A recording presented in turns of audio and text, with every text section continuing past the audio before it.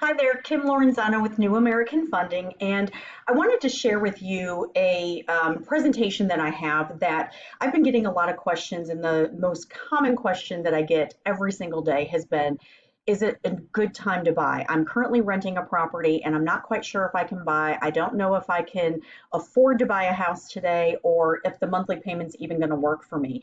So I wanted to go ahead and show you some of the benefits of actually being a homeowner versus renting in this particular presentation. So I had done some research and found out that the average cost of rent in our general area right now for a three-bedroom is running about $1,385.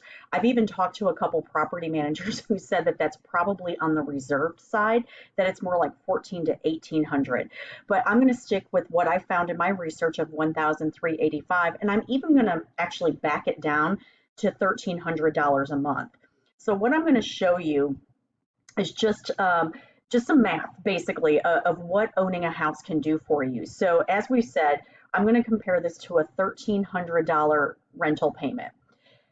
If you're paying about that for rent, if you go into a conventional loan with just 3% down, that's it, 3% down, a $200,000 house with a $6,000 down payment, and even using an incredibly reserved interest rate of 4%. I actually created this probably a week ago, and rates were just a tinge higher back then. They've dropped again recently, so I'm just going to keep it at the 4% because the benefit is still going to be there.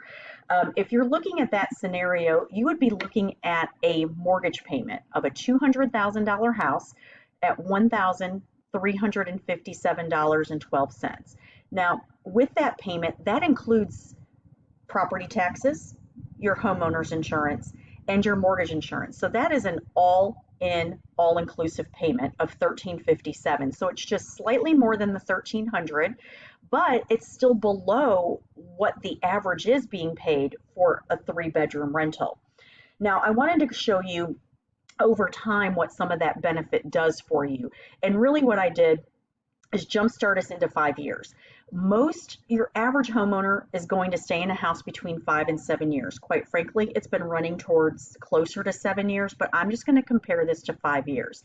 If you have been paying rent over that 5 year period of time at $1,300 a month, and this assumes a small appreciation or a small increase in your rental payment of about 2.5%. I think that's even higher. So again, I'm being reserved. But at $1,300 over that 5 year period of time, you would have paid your landlord almost $82,000. That's just money that's just gone kaput, just gone. Now, with this mortgage scenario, over that same 5 year period of time, you would have earned yourself in principal reduction $18,500. So $82,000 out the window versus you would have gained principal reduction of $18,500. That's money that you can use down the road if you go to sell that house over time, or just knowing that your money's going towards something beneficial. And now where it really gets good is when I look at it over a 15-year period of time. So if we go down to 15 years, you basically at $1,300 a month could have bought a house by now. The amount of money that would have gone out to the landlord has been almost $280,000. It's an absolutely incredible number.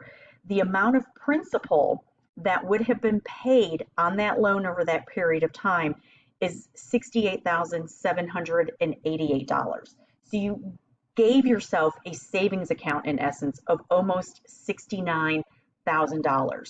Now, one of the other areas where you can gain from owning a house is property appreciation, because every single year you own a property, the goal is, of course, is that it's going to gain value.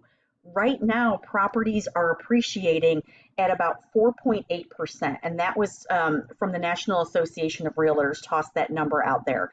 I'm even going to back that number down. I'm grabbing my calculator.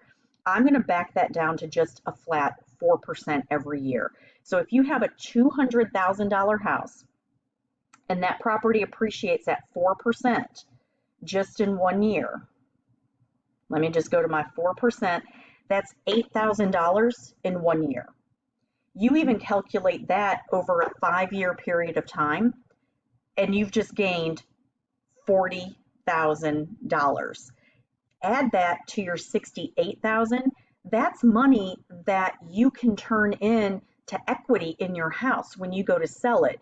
So even if you want a $200,000 house and you know in 5 years, 7 years, 10 years, even 3 years that you want to sell it and move up to a more expensive home, you can use the equity and the principal reduction that you've gained during that time and sell your house and put that money into another transaction. That way, you're getting your dream home over that period of time.